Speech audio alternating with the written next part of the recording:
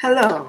So I have decided, after some helpful feedback from my friend Rebecca, to redo the movie reviews and the most recent video, GTKI, and the ad video with looking better and better lighting. As you can see, you can now see me now, and I'm looking better. Hopefully. There we go. Okay, yeah. So I will do a before movie review. Basically, if you haven't seen the movie, I will give you reasons why you should see the movie. And then I'll also do an after movie critic. Basically, if you have seen the movie, I will tell you what I think of the movie. So first, it's before movie review of The Dark Phoenix. So Dark Phoenix is a movie in the series of X-Men. And like all movies and series, there are some questions that it will leave behind and some answers and some things it'll answer. Like, one question it answers is how Xavier met Jane. Because you see how she met Raven and Kurt from the previous movies and probably from the cartoon that it came from. But you never see how she met Jane. And now in this movie you have. This movie is a phenomenal movie. Like, it had me crying 3 times. Like, and I'm not a crier. Anyone who knows me would tell you that I'm not a crier. But this movie had me in tears. I was like, I'm not crying. But I was totally crying. It was just that good of a movie to bring me, a non-crier, to tears. It was that good of a movie. The effects were amazing, and it's just a great movie. You must see this movie. Like, this movie is a movie that will be talked about for years. Like, years. I will be 32 and people will still be talking about Dark Phoenix. That's literally how good of a movie this is. The effects were good, the acting was great, the story, the plot was amazing. Although the one question that it does bring up was who exactly were those tree-like people? But that's why it's not the end of the series. Because just like any movie series, it answers questions and it leaves questions. So, watch this movie. You will not regret it. Use Adam, and that it'll be save money as well. This was a great movie. I'm so happy that I saw this movie. And yeah, it's just a great movie. It is. So now I have finished the before movie review of Dark Phoenix. I will now go to the after movie critique of the Dark Phoenix. Okay, so first things first. They called her a villain, but they forgot she saved them twice. Once by absorbing that solar flare / extremely powerful cosmic force, because she honestly didn't have to. She honestly could have let it kill everyone that was near it. But because they're her new family, she didn't. She absorbed it. And now the effects of that is why they're calling her a villain. After every time she feels like she's about to lose control, stay away, stay back. Every time I lose control, bad things happen. Bad things happen. People get hurt. She has said this over and over and over time. Literally every single time she's about to lose control, she says this. But people don't listen. And bad things happen and people get hurt. The first time I cried was, actually no, the second time I cried was when Raven died. But Raven did not listen. She said, "Stay away. Stop. I don't want to hurt you." Actually, no, she didn't say that, but she was thinking it. Stay away. I don't want to hurt you. But Raven was like, everything will be okay.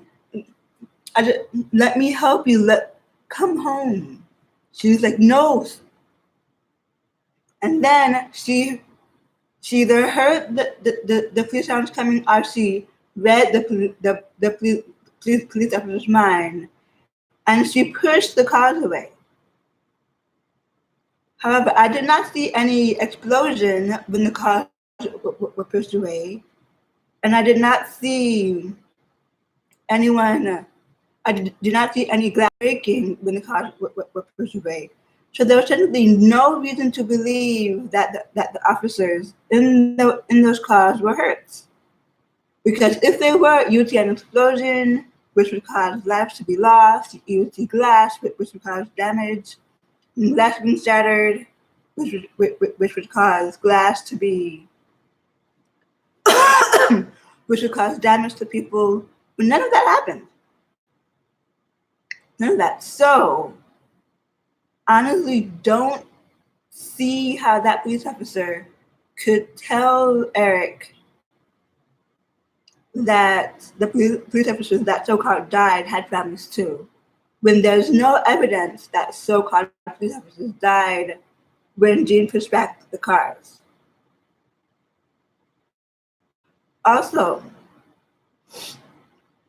Xavier did what he thought was best. He thought blocking out all the pain and rage and anger will help her control her powers. But see this bottle right here?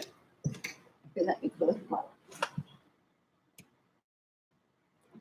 Let's imagine this bottle is all of Jean's anger and frustration and pain that Xavier has blocked out with the wall since he was 8. If I take this bottle, do you see how the bottle was squeezed, but now it is back to its original state? That is because the pressure from the combination in this pushed it out. That is what happens when Jean loses control. All the anger and frustration, they come out of her in such a huge force that it pushes everyone away. That's why when they were in the car and she said, "Quiet," that was the first time she lost control.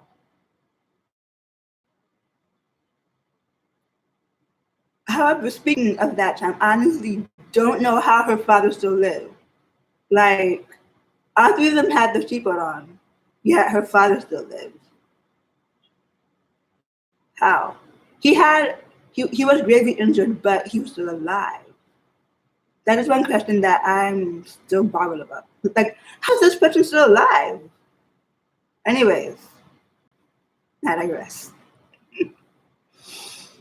So, and then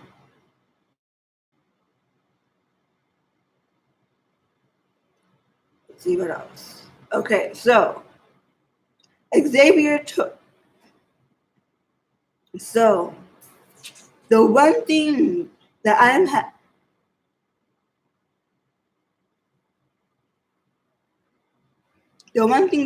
happy about is that how Xavier felt about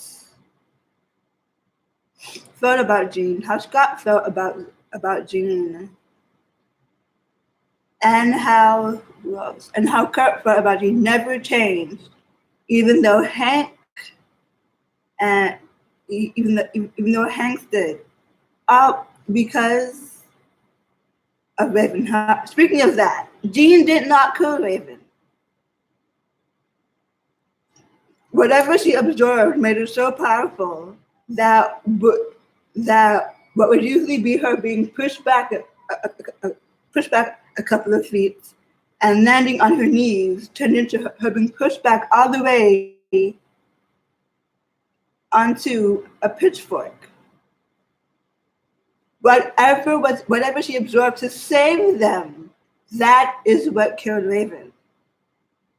So an analogy of what happened to Raven is, let's say there was an extremely powerful daddy longlegs spider that was also radioactive, that was more powerful than the spider that originally gave Spider-Man his powers. And that extremely powerful spider also bits Spider-Man. Now Spider-Man is extremely powerful, but he cannot control this power that he now has. So I'm going to use a phrase that I have heard in K-dramas a lot. When it comes to power, you either wield the power, aka take control of the power, or you succumb to it, which is what happened to Jean. She could not wield the power, so she succumbed to it. However, she had enough control to tell them to stay away, but only that much.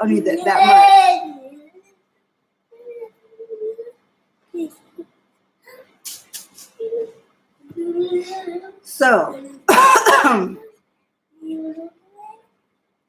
so if someone is telling you stay away, bad things happen when out of control. You stay away. It's common sense. You stay away and you let that person calm down. You don't continue to go up to them and say, "No, it's okay. I can help you. Just come back." She can't come back because she's about to lose control. So what you do is you let her calm down, and then she'll come back, and then I can find out what's inside her and how to help her control it. So first and foremost, what happened during the second part of the movie is all Hank's fault. Let's get that straight. It is all Hank's fault. Because in Hank's mind, Hank thinks that Jean could control whatever she absorbed, which is completely false. So he's thinking Jean killed Raven. Jean did this purposely, knowing full well what would happen. Jean did not want this to happen. She warned Raven, stay away, stay back. But Raven did not listen to her. Raven continued to stay forward. And when Jean exploded, that was, I'm going to assume, she exploded with the same force as a mini bomb. And that's what happened. The closer you get to a bomb, the more damage will be done. So let's say we were thinking that Raven did not land on the pitchfork.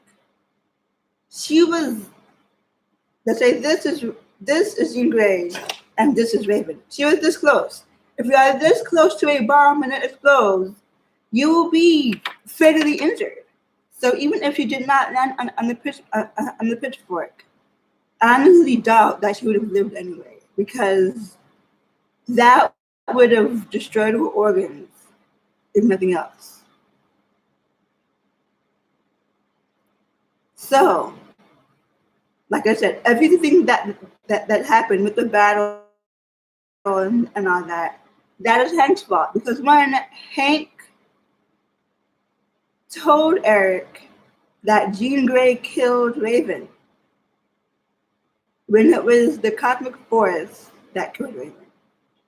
Up until now, that cosmic force has no name. So I will call it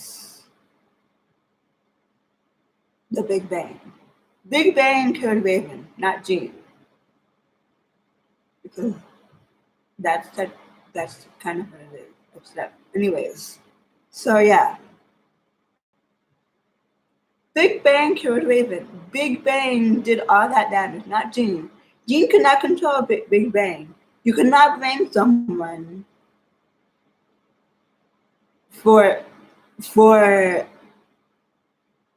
for bad deeds done to other people if they could not control what is inside them. That that's not right. It just isn't. Also, those tree people, what were they? Like, I get that they're from another planet, but like, wait, I have a theory, and that theory is that they came from the planet Groot came from. If you've seen any Guardians of the Galaxy movie or TV show, you know who Groot is. Hell, if you've seen Avengers Infinity War, you know who Groot is. Or Avengers Endgame, you know who Groot is. Groot is a sentinel tree, basically. He can walk, he can talk, sort of, but like he has feelings. He's an animate tree. There we go.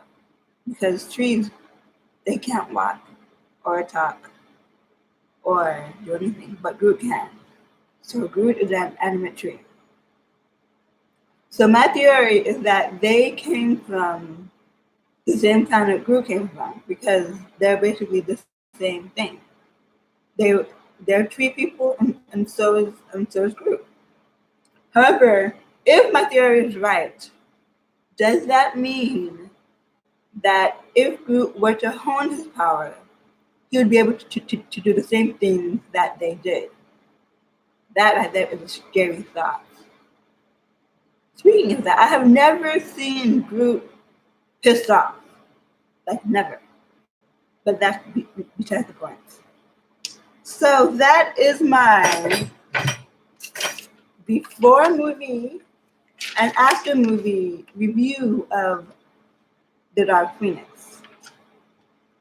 Thank you. Tell me what you think. If you like what you saw, follow my subscribe to my channel. And yeah, bye.